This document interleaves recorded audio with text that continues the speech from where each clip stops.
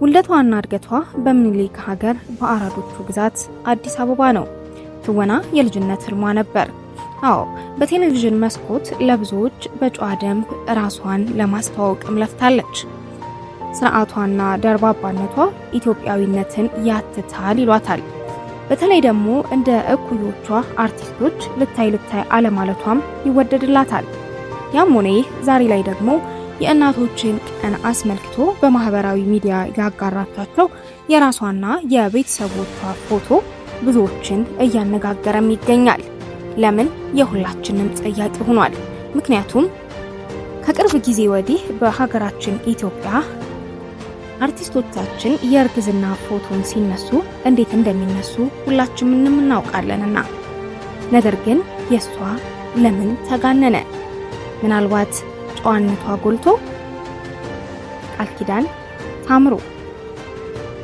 የተወደዳችሁ አድማጮቻችን በያላችሁበት እንደምቆይታችኋል። ከበመንገድ ሚዲያ የዕለቱ መረጃችን ተጀምሯል። አብራችሁን ትቆዩ ዘንድ እየጠየቅኩ ወደ መረጃው አመራው። ቤቱን ያልተቀላቀላችሁ በመቀላቀል ከወደዱትን በማጋራትና ላይክ በማድረግ አብሮነታችሁን እንድታሳዩን ልባዊ ጥያቄያችን ነው። ፍልቅልቅ ናት። አረ ደርባባነቷም የግል ነው። የልጅነት ህልሟ የሆነውን ትወና በእጇ ለማስገባት ብዙ ተፍጨርጭራለች። ያም ሆነ ይህንን እውን ለማድረግ በየትምህርት ቤት የሚሰጡ ኮርሶችን ወስዳለች። ቀጥላም ቲያትርም ተምራለች። የሁለት ልጆች እናትና የተከበረች ባለትዳርም ነች። አዎ ቃልኪዳን ታምሩ። ታዲያ ከዚህ ሁሉ ልፋት በኋላ ከህዝቡ ጋር ያስተዋወቃት መለከት ተከታታይ ድራማ ላይ ኢፍራታ የተባለችን ገጸ ባህሪ ወክላ ስትተውን ውበትና ደም ግባቷ ተጨምሮበት ህዝብን አስደምማለች። ቀጥላም ጥቂት የማይባሉ ፊልሞችም ላይ ተውናለች። ለምሳሌ ሼፉ 2፣ ህመሚ፣ እምቢ፣ ይሁዳ ነኝ፣ ሀገር ስጭኝ፣ የልጅ ሀብታም፣ ፌርማታ፣ አጋዥ፣ ጀማሪ ሌባ፣ አልሸጥም፣ ወደ ልጅነት፣ በቃ በለን፣ መቅረዝ፣ ሀገር ስጭኝ ይገኙበታል። ከዚህ ባሻገርም አርቲስት ቃልኪዳን ታምሩ የዱባይ ፈርኒቸር ብራንድ አምባሳደርም ሆናለች። በአጠቃላይ በተለያዩ ፊልሞች፣ በቴሌቪዥን ተከታታይ ድራማዎች እንዲሁም በቴሌቪዥን ማስታወቂያዎች ላይም በመተወንም ትታወቃለች። ዳሩ ግን ዛሬ ላይ በማህበራዊ ሚዲያ ባጋራቻቸው ያን ያክል ባልተጋነነ የእርግዝና ፎቶ ብዙዎች አፍ ውስጥም ገብታለች።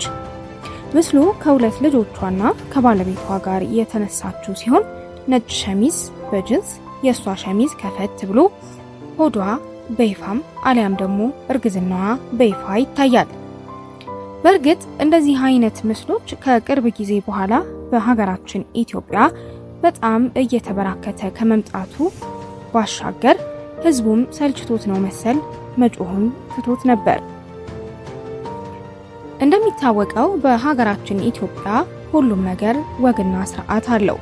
እንደውም አብዛኛው ነገራችን ሚስጥር ነው፣ ድብቅ ነው። አዎ ታዲያ ከነሱ ውስጥም አንደኛው የእርግዝና ወቅት ነው። እርግዝና ጸጋ ነው፣ ሁሉም ይሳሳለታል።